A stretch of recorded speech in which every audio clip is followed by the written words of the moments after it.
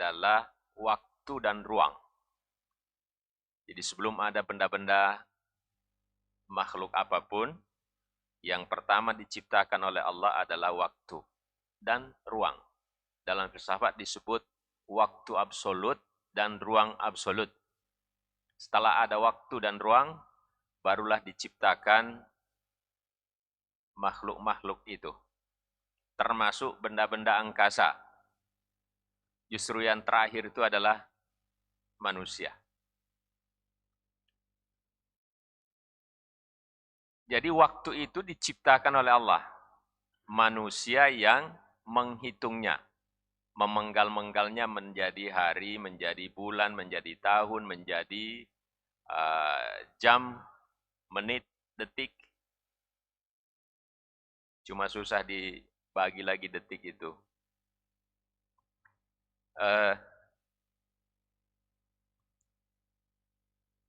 Ada yang mendasari pada solar, matahari. Disebut dengan kalender Syamsiah. Syamsun itu artinya matahari. Syamsiah yang dinisbatkan kepada matahari. Peredaran matahari. Kemudian ada lagi yang mendasarkan pada bulan. Bulan itu qamarun.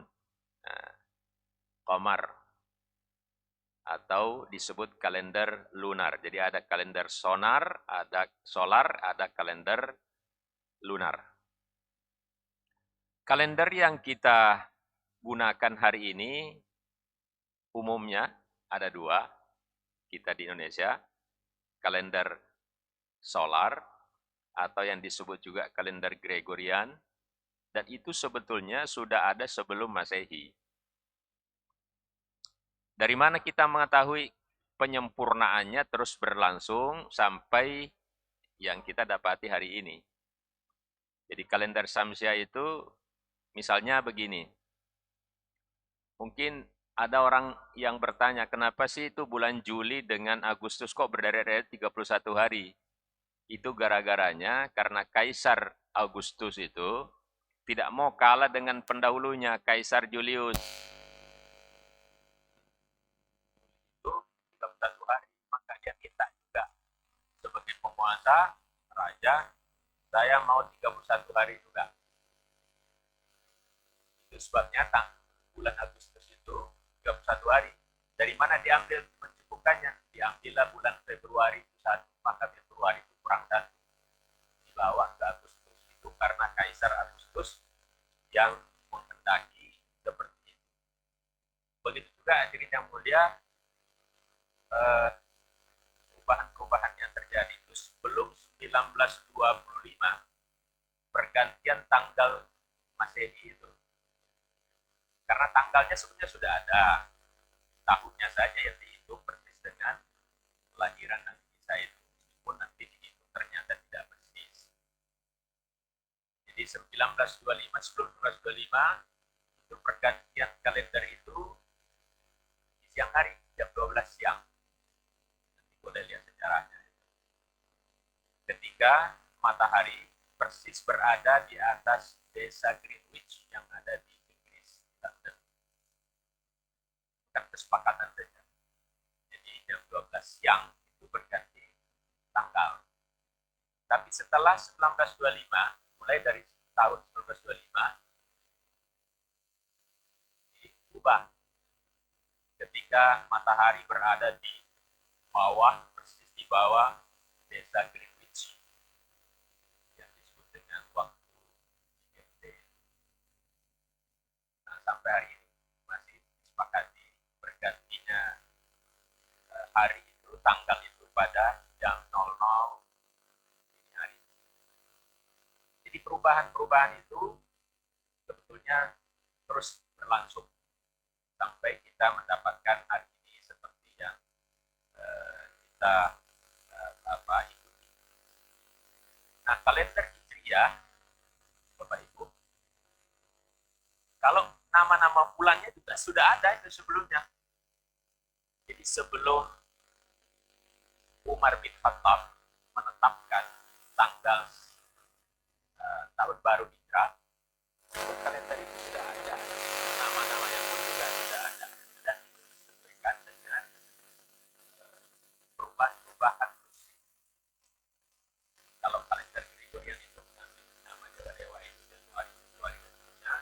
kalau dalam masyarakat Arab itu ada seperti ada Safar, ada Rabiul Awal itu ada yang Ramadan itu yang panas, lebih panas.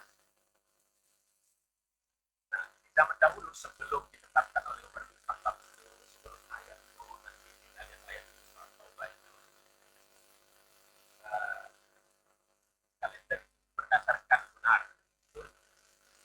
Hanya saja setiap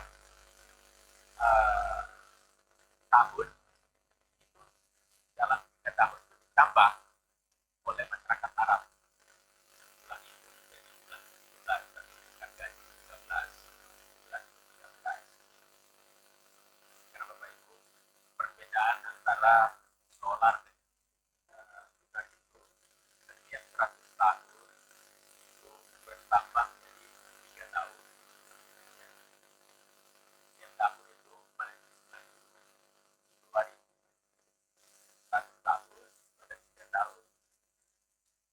Itu sebabnya Bapak Ibu kalau baik dalam Quran ada sisa al-Bahul Kahfi. Dan itu ayatnya wala itu dikafihim salatu mi'atin sinina wazdadu is'an. Itu biasa Quran mereka itu tidur di dalam guanya yang terbuka selama 300 tahun ditambah 9 tahun mereka tidak tidur 300 tahun buat dan bisa tambah 9 tahun. Jadi yang benar berapa 300 tahun atau 309 tahun? Ya, kalau dihitung berdasarkan kalender Syamsiah maka 300 tahun. Tapi kalau dihitung berdasarkan kalender Qamariyah 309 tahun. Karena tadi kan setiap 1 abad itu maju 3 tahun. Jadi 9 tahun itu kalau 300 tahun berarti nambah 9 tahun. Maka Al-Quran mengatakan 300 tidur selama 300 tahun ditambah 9 tahun. Kalau dihitung berdasarkan kalender solar 300 tahun. Kalau dihitung berdasarkan kalender lunar 309 tahun. Dan itu presisi dihitung oleh para ahli itu berdasarkan. Oke, baik. Bapak Ibu, saudara, Allah. Jadi waktu itu diciptakan oleh Allah. Dia menciptakan waktu manusia mengkal-mengkalnya berdasarkan peredaran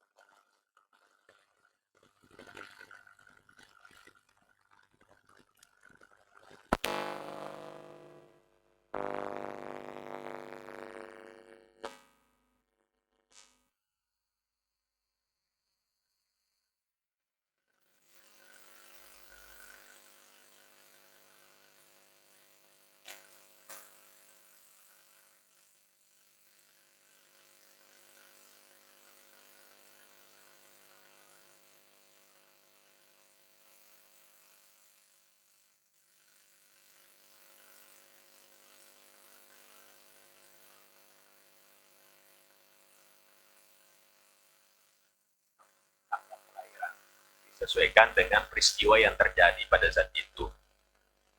Begitu juga kelahiran Nabi Muhammad. Nah, sekarang kita lihat peristiwa-peristiwa yang melatari hijrah. Yang tadi soal waktu. Jadi waktu itu hanya dibuat oleh manusia sebagai untuk menunjukkan peristiwa-peristiwa yang kemudian berubah, disepakati secara internasional, penetapan tanggal, penetapan hari dan sebagainya itu adalah kesepakatan. Tetapi peredaran bumi dan matahari serta benda-benda angkasa itu suatu keniscayaan itu. Diatur oleh Allah Subhanahu wa taala. Nah, sekarang kita lihat latar kenapa hijrah itu terjadi. Karena diminta sejarah hijrah. Pada saat Rasulullah itu menerima wahyu, ada 3 tahun lamanya namanya dakwatus sir. Dakwah secara rahasia. Belum diperintahkan untuk menyampaikan secara terbuka.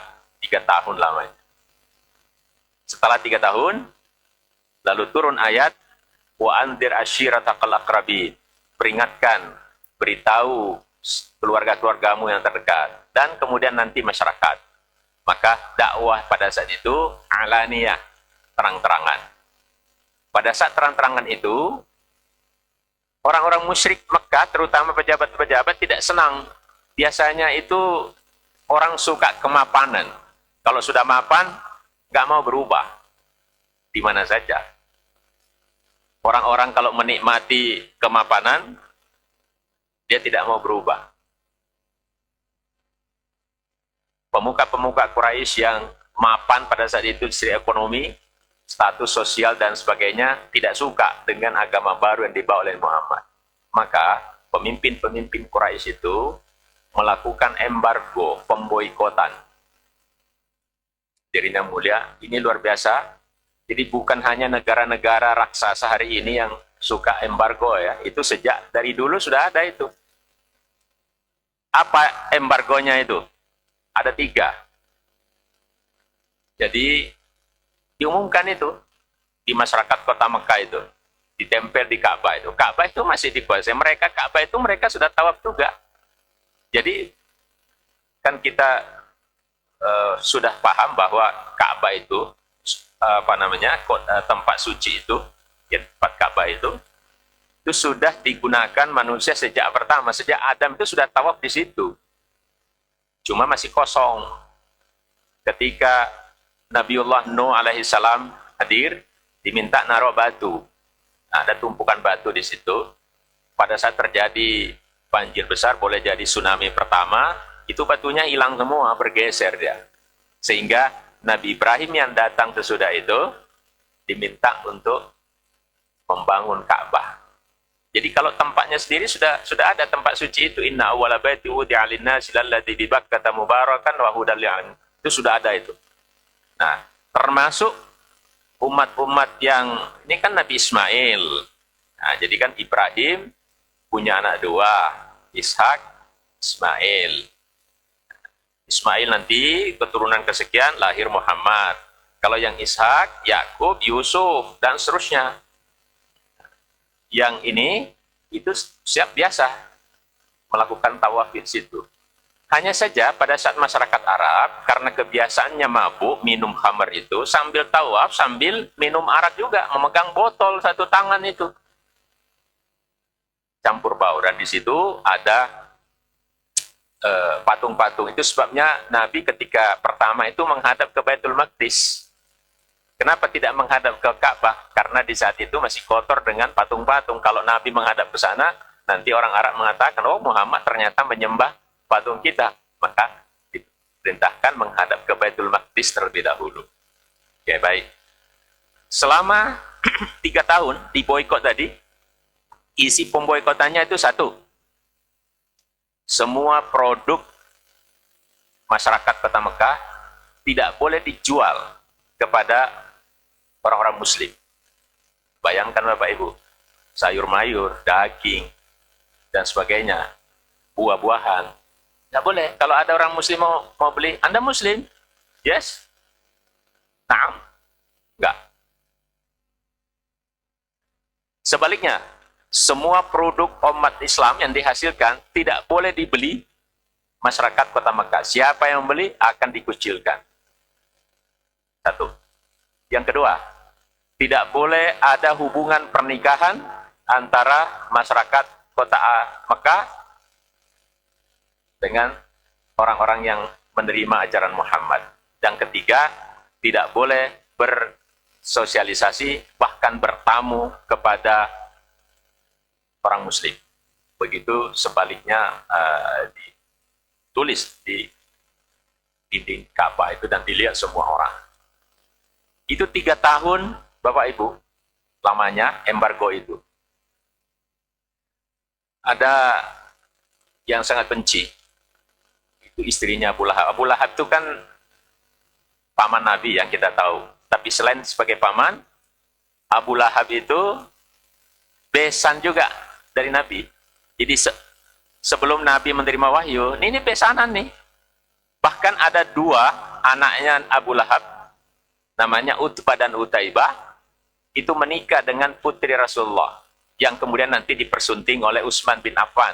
Itu sebabnya mengapa Utsman diberi gelar itu Nurain, memiliki 2 bintang, 2 nur, karena dia memperistri nanti itu 2 anak Rasulullah, yang pertama setelah wafat, yang ikuti. Itu semua bekas istri dari anaknya Abu Lahab itu. Ketika Nabi menerima wahyu, kata istri Abu Lahab itu namanya Ummu Jamil, namanya sih bagus, Bapak Ibu. Nama istrinya itu Ummu Jamil. Anaknya si Jamil, gitu ya. Ibunya si Jamil. Ceraikan istri kalian. Tunduk pada ibunya. Orang Arab itu sangat patuh sama ibunya itu. Maksudnya lebih patuh kepada ibunya ketimbang ayahnya. Orang Arab itu betul. Ya memang seharusnya begitu. Nah, diceraikan nih. Pekerjaan Ummu Jamil itu, saking bencinya sama orang Islam, dia ini selalu menanam ranjau. Tapi jangan dibayangkan ranjau yang meletak hari ini. Itu ranjau duri padang pasir. Duri padang pasir itu panjang Bapak Ibu. Itu kalau diinjak, itu bisa tembus sampai ke atas kaki. Itu pekerjaannya Ummu Jamil itu, kalau malam-malam, nanam ranjau itu. Kan mereka ini dikepung. Akhirnya muncul karena memang terpaksa mereka berkumpul untuk saling menolong, karena dia nggak bisa dapat akses ekonomi kan. Nggak bisa beli bahan pangan, nggak bisa beli apapun. Maka mereka itu bersatu dalam satu kelompok supaya bisa saling mensuplai. Nah, hanya diberi satu pintu. Si Ummu Jamil itu suka menanam ranjau di dekat rumahnya. Memang pintunya itu dekat rumah Abu Lahab itu. Kalau ada umat Islam yang mau keluar sholat subuh dan sebagainya, terus atau mau keluar aktivitas, ada yang kena ranjaunya itu, nah, dia terbahak-bahak di balik jendela itu. Itu pekerjaan Ummu Jamil. Jadi wajar saja kalau dalam Al-Quran, wa mra'atuhu hammalatal hatab fi jidha hablum min masad. Nanti Ummu Jamil itu, wa mra'atuhu itu maksudnya istri ya. Jadi Bapak Ibu, Al-Quran itu kalau menggunakan kata zaujun, cuma bahasa Indonesia cuma nggak ada bahasa lain. Kalau Al-Quran itu punya bahasa yang berbeda-beda. Jadi kalau Al-Quran menggunakan zaujun, nanti kalau Bapak temukan kata zaujun dalam Quran, itu berarti pasangan itu harmonis itu. Tapi kalau ada imro'ah, sama-sama istrinya, nama terjemahnya itu istri. Kalau menggunakan kata imro'ah, itu tidak harmonis keluarga itu. Jadi Nabi Adam dan Hawa itu harmonis karena menggunakan kata zauj. Uskun anta wa zaujukal jannah. Kalau Nabi Lut, Nabi Nuh, itu menggunakan kata imrah, wa mra'ata Lut, wa mra'ata Nuh. Itu pasti tidak harmonis tuh. Begitu juga Abu Lahab. Disebut wa mra'atuhu hammalatal hatab. Jadi istri Abu Lahab itu nanti di akhirat dikalungi kalung api yang kemudian dari situ api menyala-nyala itu. Karena perilakunya itu nanam ranjau. Hadirin yang mulia, 3 tahun lamanya. Hampir tidak ada lagi orang Islam yang bisa dikatakan orang kaya pada saat itu. Karena seperti Abu Bakar, itu semua kekayaannya dipakai untuk mensuplai saudara-saudaranya yang tidak bisa akses membeli bahan makanan. Produksi-produksi mereka tidak bisa dijual keluar karena diboikot oleh penduduk kota Mekah atas perintah dari pimpinan-pimpinannya. Masyarakat tentu takut. Akhirnya Rasulullah dalam kondisi seperti itu, waktunya terbatas banget ya. Ya, gini. Jadi pada saat Rasulullah itu dalam kondisi seperti itu, beliau mencari jalan keluar. Maka beliau itu pergi ke Taif. Taif itu di bawah dekat dengan Yaman ya. Nah, itu Taif itu sampai sekarang kalau Bapak pergi umroh atau haji, itu sayur-mayur, buah-buahan tuh pada umumnya itu dari Taif itu, subur. Di situ ada oase banyak, sumber mata air banyak di Taif. Nabi berangkat ke sana dalam rangka untuk mendapatkan bantuan. Tapi apa yang diperoleh singkatnya, itu malah diusir oleh penduduk kota Taif, diusir lalu dilempari batu-batu oleh anak-anak muda dan minta anta majnun. Ini orang gila nih. Sampai keluar kota, dulu itu ada gapuranya, sama seperti kita juga kalau pindah kabupaten atau kota, itu selalu ada gapura, itu pintu kota. Sampai di situ diusir. Rasulullah kemudian bernaung karena lari, bernaung di bawah perkebunan anggur. Ya, di bawah pohon anggur itu menghindari sinar matahari. Didatangi malaikat Jibril, begini, Muhammad, Tuhanmu tidak tidur, angkat kedua tanganmu berdoa kepada Allah, supaya semua orang yang menganiaya engkau, menzalimi engkau itu ditimpakan azab oleh Allah. Itu kira-kira belum selesai tawaran Jibril itu, enggak. Malah beliau berdoa, Allahumma hdi qaumi fa innahum la ya'lamun. Ya Allah, berikan petunjuk kepada mereka ini, umatku ini, mereka tidak tahu apa yang saya bawa. Bandingkan hadirin yang mulia dengan peristiwa yang sama pada Nabiullah Nuh. Nabi Nuh itu juga dizalimi luar biasa tuh. Ya, dimaki-maki, diolok-olok, dia membuat perahu dan sebagainya. Terus apa? Didatangi malaikat seperti tadi. Apa langsung doanya Nabi Nuh? Di dalam, nanti lihat di surah Nuh. Rabbi la tazar alal ardi minal kafirina dayyara. Ya Tuhan, ketika ditawari tadi, berdoalah Nuh supaya orang yang menzalimi Anda nanti diazab oleh Allah. Langsung angkat kedua tangannya itu. Rabbi la tazar alal ardi minal kafirina dayyara. Ya Allah, jangan engkau sisakan orang kafir di muka bumi ini. Doanya tuh Nabi Nuh. Maka terjadilah banjir besar itu dan menghabiskan orang-orang kafir. Kalau Nabi Muhammad lembutnya itu justru mendoakan, Allahumma hdi qaumi fa innahum la ya'lamun. Nah, semua usaha ini, embargo segala macam tidak berhasil. Akhirnya waktu berjalan, tidak ada cara lain kecuali membunuh Nabi Muhammad.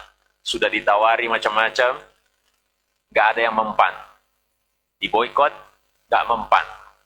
Nah, sehingga diutuslah setiap kabilah 2 orang pemuda kar untuk menangkap Nabi Muhammad hidup atau mati.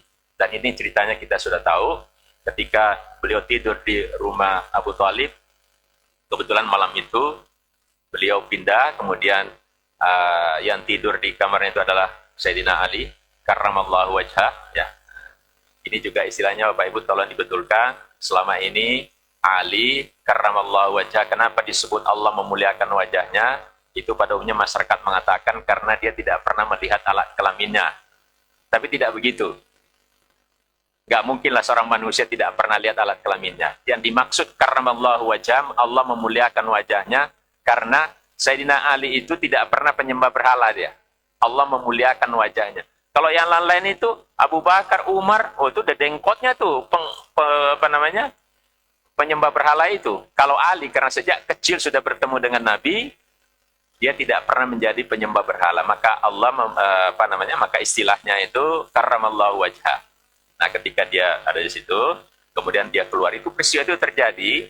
Wah, Ibu, itu bukan 1 Muharram.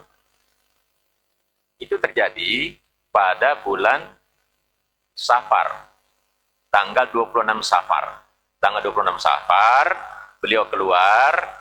Karena dia keluar itu pergi dulu ke Gua Tur bersama dengan sahabatnya. Di situ Abu Bakar, Kemudian nanti pada saat akhir Safar itu masuk Rabiul Awal, barulah beliau melakukan perjalanan.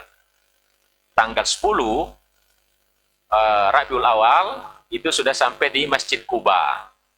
Masjid Kuba yang pasti Bapak Ibu yang sudah pernah ke sana, siapa yang sholat sunnah di situ 2 rakaat, itu pahalanya sama dengan umroh.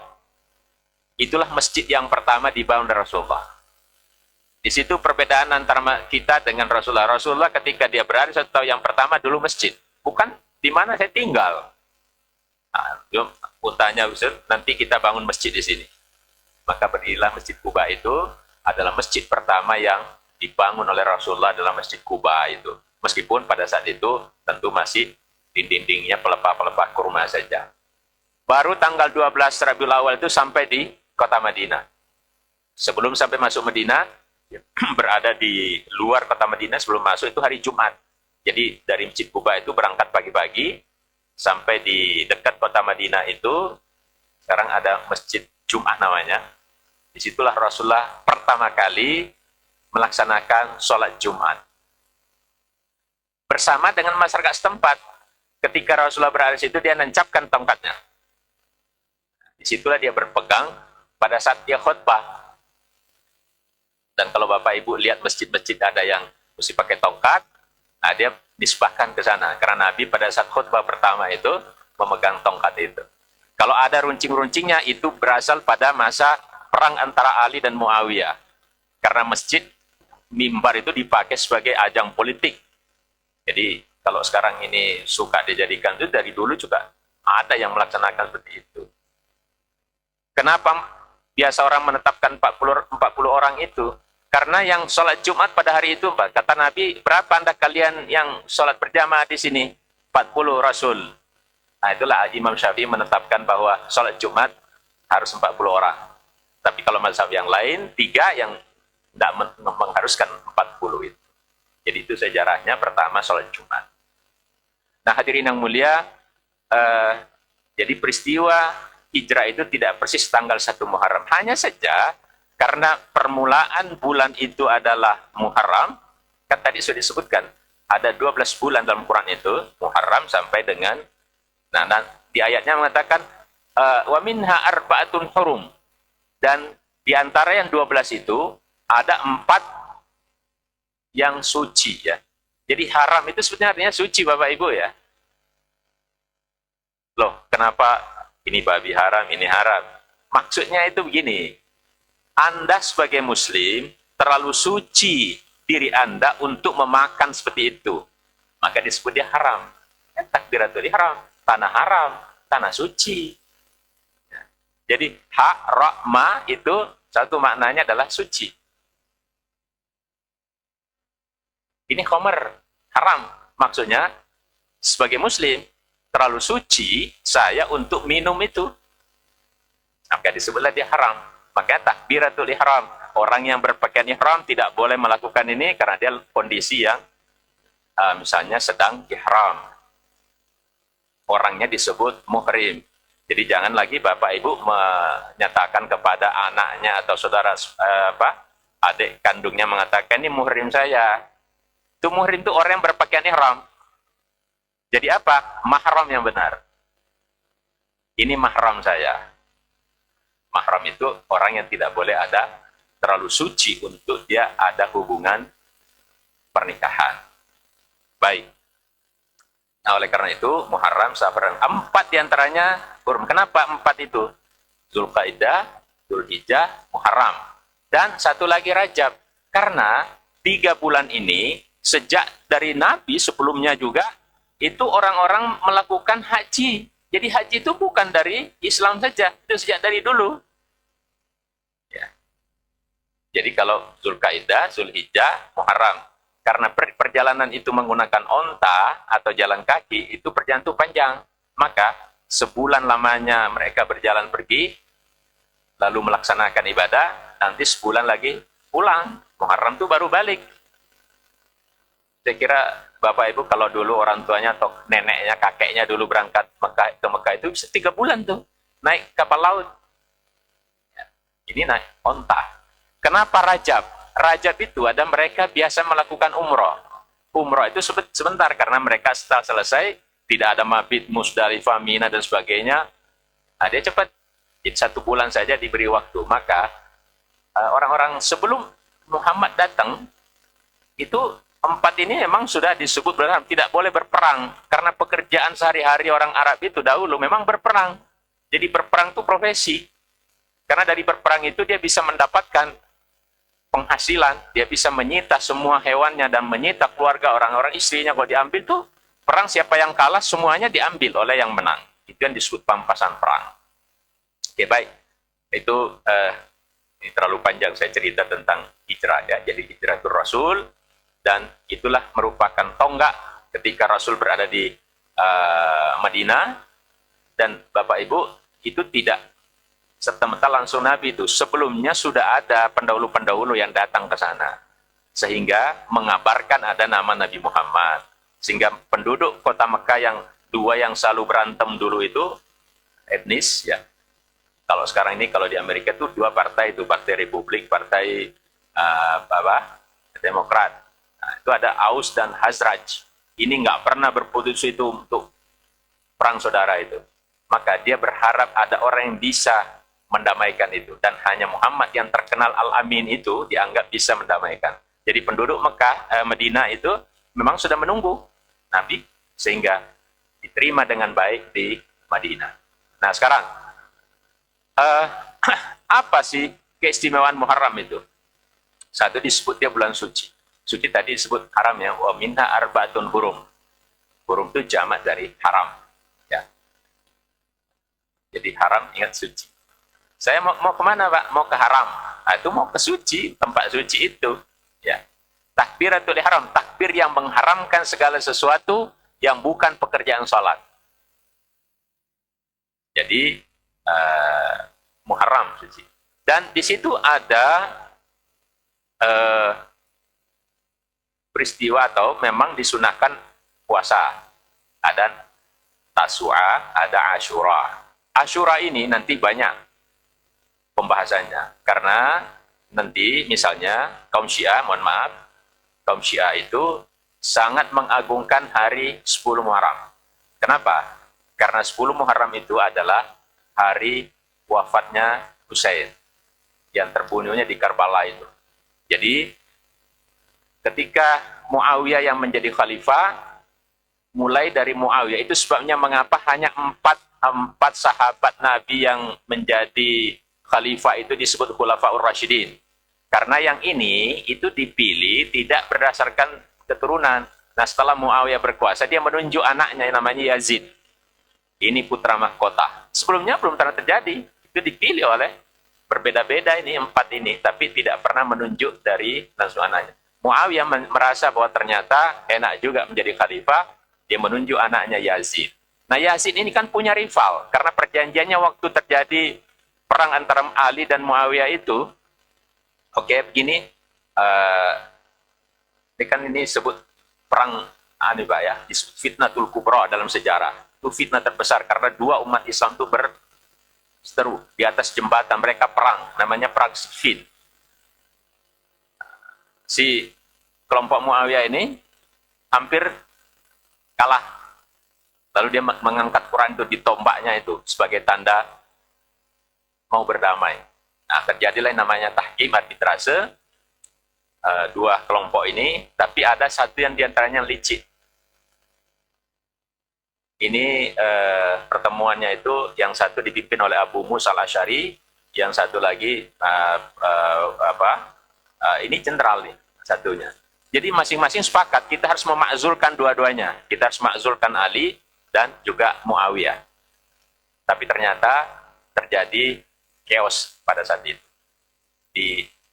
Sudah dikepung oleh tentara Muawiyah. Maka Muawiyah menjadi khalifah, anaknya Yazid ditunjuk menjadi penggantinya. Pada saat Yazid, ada anaknya Ali dalam kesepakatan itu bahwa oke, Muawiyah sudah nanti setelah itu anaknya Ali, yaitu Hasan dan Husain. Hasan itu sudah wafat sebelum masa Muawiyah wafat. Nah, setelah Muawiyah wafat, kan tinggal satu rivalnya ini, yaitu Husain. Maka Yazid mengundang Husain itu ke Baghdad lewat Karbala itu. Rupanya itu sudah siasat itu. Maksudnya si Yazid di dalam suratnya itu, Husain, pergilah ke pusat pemerintahan di Baghdad, kita bicarakan suksesi. Itu isinya. Tapi ketika sampai di Karbala, itu sudah dibantai di situ. Dan mohon maaf itu kalau dalam sejarah, itu kepalanya Husain itu ditaruh di atas baki, dipersembahkan kepada raja itu. Tapi Yazid itu menangis karena dia merasa tidak seperti itu yang seharusnya lakukan. Dan akhirnya Bapak Ibu, itu sebabnya kalau 10 Muharram nanti bisa lihat, itu kaum Syiah itu memukul-mukul badannya, bahkan kadang-kadang melukai. Dia itu menyesal, kenapa saya tidak hidup di masa itu. Saya bisa membela cucu Rasulullah. Dan tanah yang ada di Karbala itu menjadi suci oleh mereka. Maka Bapak Ibu kalau lihat orang Syiah, kalau pergi ke Iran dan sebagainya itu, dia selalu menaruh turbah, ada tanah yang ditaruh untuk dipakai sujud di. Jadi di masjid-masjid itu di pintu masuknya ada lemari yang tersimpan tanah-tanah itu. Di hotel pun semuanya ada. Di dalam sajadah pasti ada itu tanahnya itu. Namanya turbah. Jadi 10 Muharram. Sering juga disebut sebagai hari anak yatim, maka di bulan Muharram dianjurkan untuk banyak bersedekah, dianjurkan untuk banyak berpuasa, dan sebagainya. Bapak Ibu, mungkin ini yang saya bisa sampaikan, dan sangat terburu-buru, tapi kalau ada pertanyaan-pertanyaan, boleh kita masih ada waktu sekitar 15 menit. Jika ada, kalau tidak ada, ya sudah sampai di sini.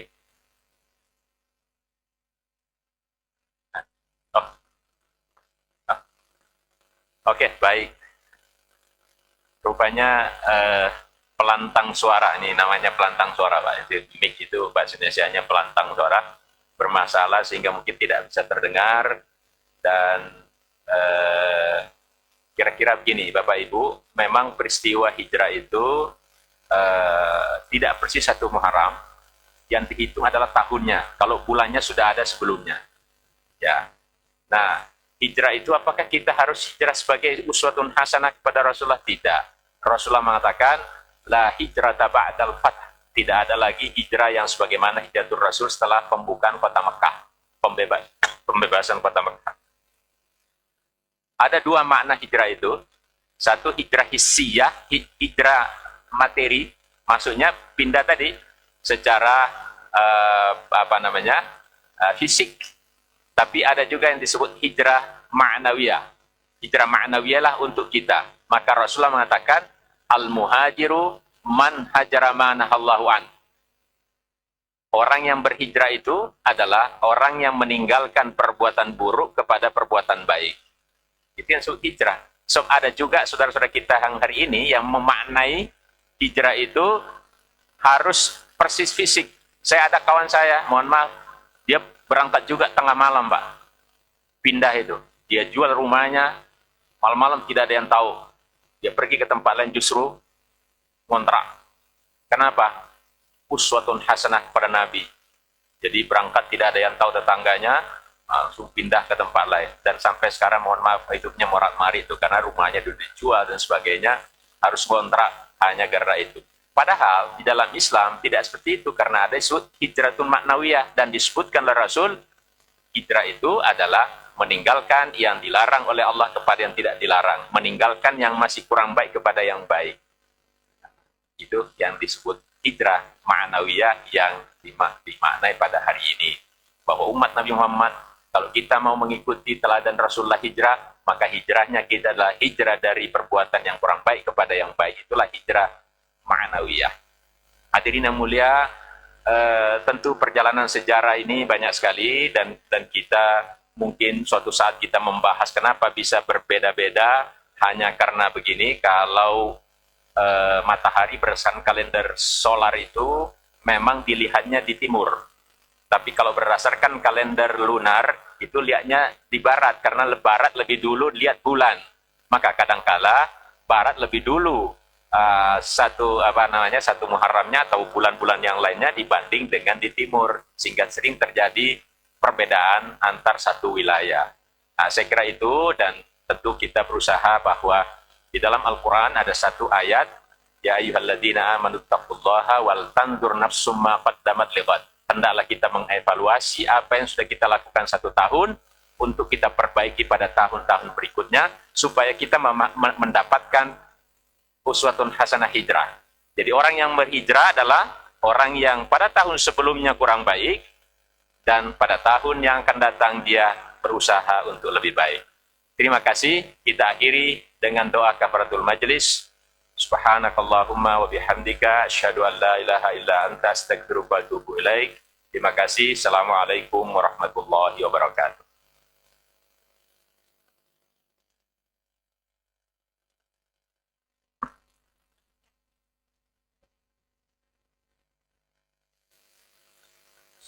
Alhamdulillah telah usai kajian pada pagi hari ini. Tafsir Al-Quran bersama guru kita yang terhormat Bapak Profesor Dr. Darwis UD MSI. Mudah-mudahan apa yang disampaikan menjadi ilmu yang bermanfaat bagi kita semua. Amin, amin ya rabbal alamin. Baik, akhirul kalam, mari sama-sama kita cukupkan, dan pemberitahuan kepada Bapak Ibu sekalian jemaah telah disediakan coffee morning di selasar samping ruang serbaguna.